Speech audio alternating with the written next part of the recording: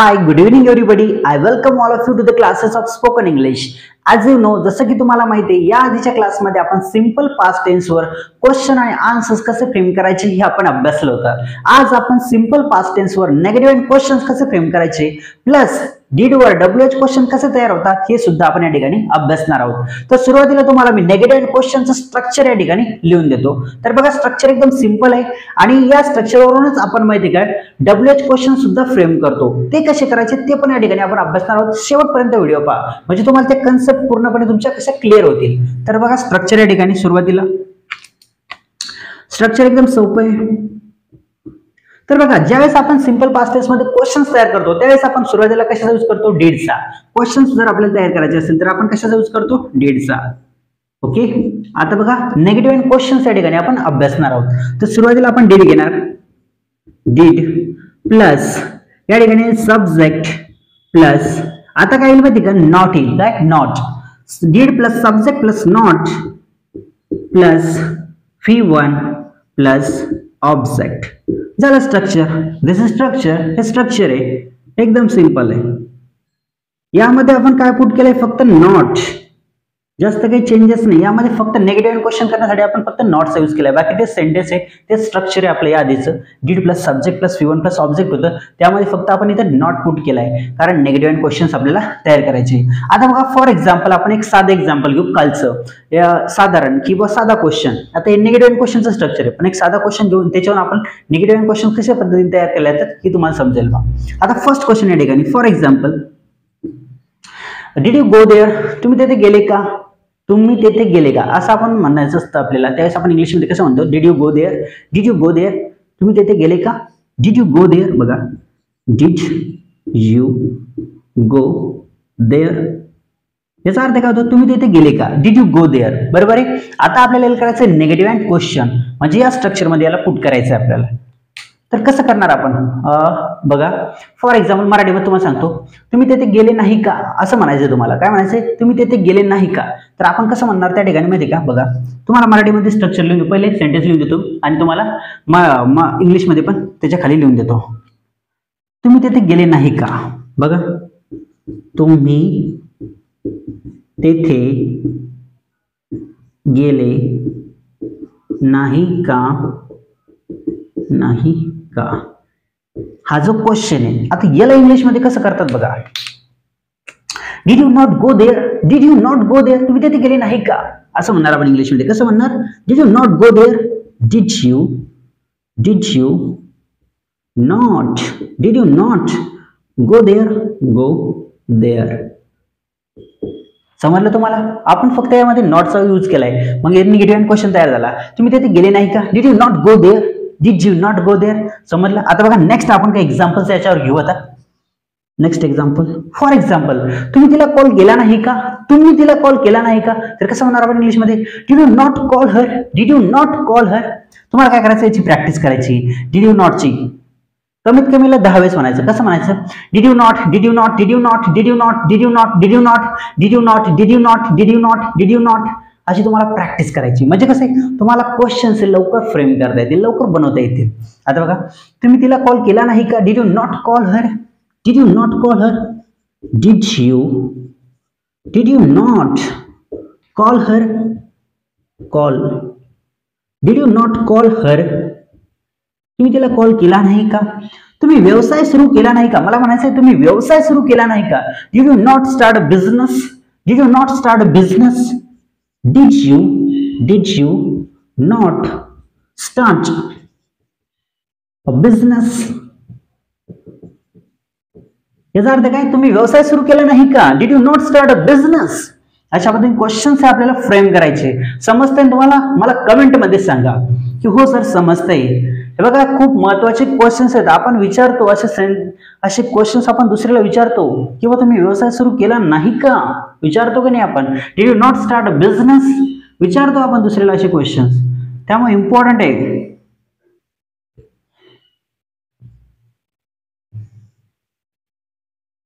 आता काही एक्झाम्पल्स आपण इकडे घेऊ. फॉर एक्झाम्पल, मला म्हणायचं तुम्ही तिला भेटले नाही का. तुम्ही तिला भेटले नाही का. तर कसं म्हणणार आपण इंग्लिशमध्ये? Did you not meet her. Did you not meet her. तुम्ही तिला भेटले नाही का. Did you not meet her. Did you not meet, meet म्हणजे काय भेटणे, did you not meet her, तुम्ही तिला भेटले नाही का, तुम्ही तिला कॉल केला नाही का, तुम्ही तिला कॉल केला नाही का, did you not call her. Examples घेतला आपण इकडे. नेक्स्ट एक्झाम्पल, फॉर एक्झाम्पल मला म्हणायचं तुम्ही मूवी बघितली नाही का, बघणे म्हणजे काय पाहणे, काही ठिकाणी पाहणे म्हणतात, काही ठिकाणी बघणे म्हणतात. तुम्ही मूवी बघितली नाही का, तर कसं म्हणणार आपण इंग्लिशमध्ये, did you not watch a movie, did you not. आता फॉर एक्झाम्पल तुम्ही ती मूवी बघितली नाही का, तर आपण कसं म्हणतो इंग्लिशमध्ये, did you not watch that movie, did you not watch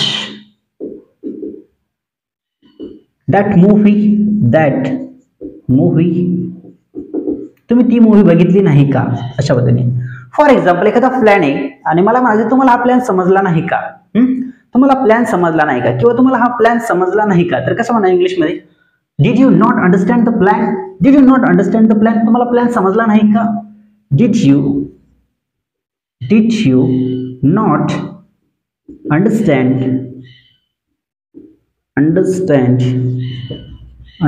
the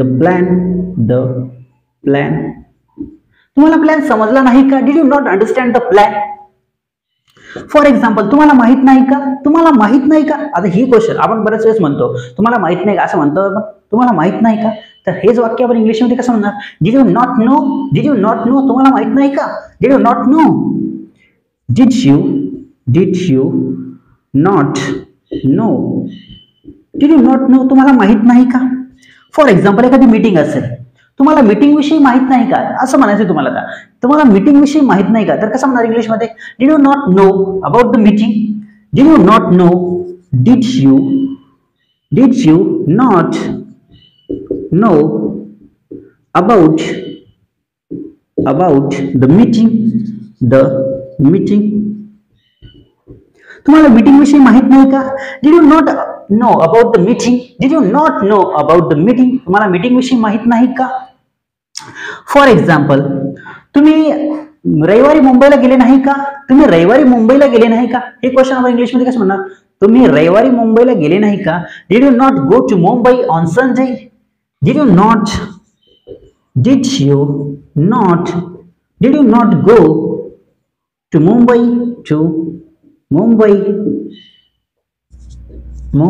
on Sunday, तुम्ही रविवारी मुंबईला गेले नाही का. फॉर एक्झाम्पल तुम्ही कार खरेदी केली नाही का, तुम्ही कार खरेदी केली नाही का, कसं म्हणणार आपण इंग्लिशमध्ये, तुम्ही कार खरेदी केली नाही का, did you not buy a car, did you not buy a car, तुम्ही कार खरेदी केली नाही का. बघा याला मध्ये दुसऱ्या पद्धतीने पण लिहू शकता तुम्ही, कसं माहिती का, याला माहिती का, डिड न घेता, डिड नॉट, जर तुम्हाला या ठिकाणी नॉट नसेल घ्यायचं, बघा हा जो नॉट आहे या ठिकाणी, हा नॉट जर तुम्हाला वाक्यामध्ये टाकायचा नसेल तर तुम्हाला काय करावं लागेल, हा जो डिड आहे याला काय करावं लागेल, डिडंट करावं लागेल. फॉर एक्झाम्पल तुम्हाला नोकरी मिळाली नाही का, तर कसं म्हणणार, डिडंट. आता आपण डिडंट यूज करूया ठिकाणी, कशाचा डिडंट, बघा didn't you get a job, didn't you get a job, तुम्हाला नोकरी मिळाली नाही का, याचा अर्थ काय, तुम्हाला नोकरी मिळाली नाही का, didn't you get a job. बघा फक्त आपण काय केलंय, नॉट काढलंय आणि डिडंटचा यूज केलाय या ठिकाणी. असे पण तुम्ही क्वेश्चन तयार करू शकता, didn't you get a job, तुम्हाला नोकरी मिळाली नाही का. फॉर एक्झाम्पल तुम्ही चहा घेतला नाही का, मला म्हणायचं तुम्ही चहा घेतला नाही का, तुम्ही चहा घेतला नाही का, डिडंट यू टेक अ चहा पण म्हणू शकता तुम्ही, ते चहा, didn't you take a tea, चहा म्हणजेच काय इंग्लिशमध्ये tea, didn't you take a tea, किंवा didn't you have a tea असं पण म्हणू शकता, didn't you have a tea, didn't you have a tea, तुम्ही चहा घेतला नाही का, याचा अर्थ काय, तुम्ही चहा घेतला नाही का, didn't you have a tea, तुम्ही चहा घेतला नाही का. असे क्वेश्चन्स तुम्हाला तयार करायचे, तुम्हाला समजलं असेल. आता तुम्हाला काय करायचं, याचा स्क्रीनशॉट मारून घ्या. Okay done. आता मी याला पुसतो. आता आपण WH क्वेश्चन्स कसे तयार होतात याच्यावर ते बघू. एकदम सिंपल आहे, WH क्वेश्चन्स कसे तयार होतात बघा. या ठिकाणी आपल्याला थोडेफार चेंजेस करायचे, हे पुसून घेतो मी पूर्णच.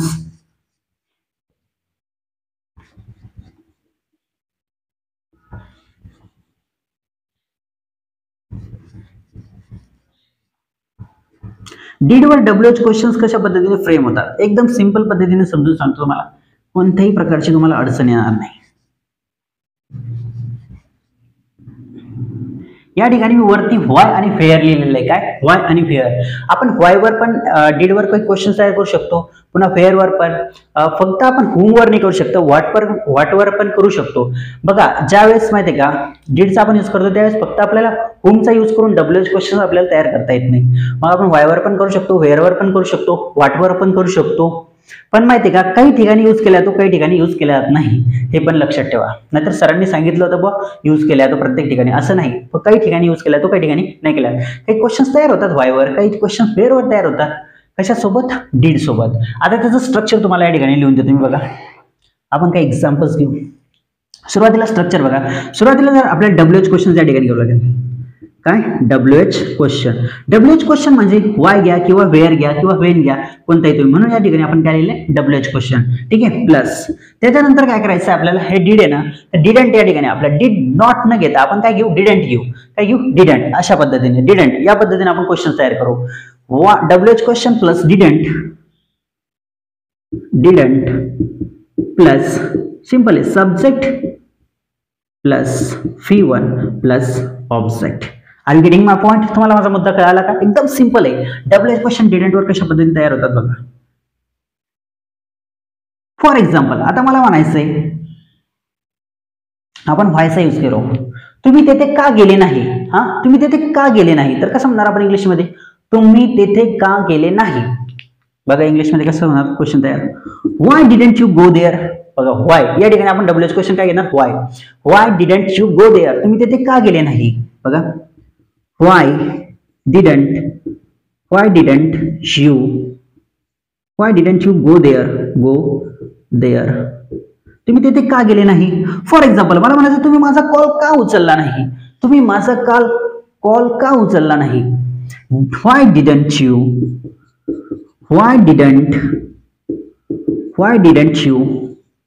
pick up my call. तुम्ही माझा कॉल का उचलला नाही. तुम्ही तिला कॉल का केला नाही. Why didn't you call her. बघा why didn't you call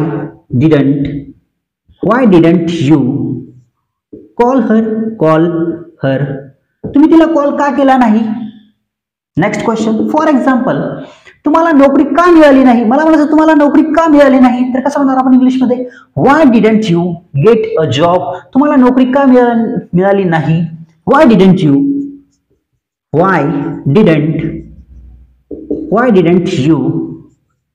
gate a job. तुम्हाला नोकरी का मिळाली नाही. तुम्ही व्यवसाय का सुरू केला नाही. Why didn't you start a business. Why didn't you start a business. Why didn't you start a business. Why didn't you start a business. तुम्ही व्यवसाय का सुरू केला नाही. अशा पद्धतीने तुम्ही क्वेश्चन्स हे तयार करू शकता डब्ल्यूएच क्वेश्चन सोबत, डीड सोबत. डब्ल्यूएच क्वेश्चनने डीड सोबत म्हणजे डब्ल्यूएच क्वेश्चनचा या ठिकाणी यूज करायचा आणि डीडचा पण यूज करायचा आणि क्वेश्चन्स फ्रेम करायचे. हे तुम्हाला मी फॉर एक्झाम्पल सांगितले. अशा पद्धतीने तुम्ही अनेक क्वेश्चन्स या ठिकाणी तयार करू शकता. You can create many sentences. Okay. आता काय करायचं तुम्हाला माहिती आहे का, हे सर्व सेंटेन्स तुम्हाला लिहून घ्यायचे, याची प्रॅक्टिस करायची आणि व्हिडिओ पाहत राहा, शिकत राहा. निश्चितच तुम्ही स्पोकन इंग्लिश शिकणार आहात, यामध्ये कोणतीही शंका नाही. Thanks a lot for watching this video. See you in the next class. Bye bye. Take care. काळजी.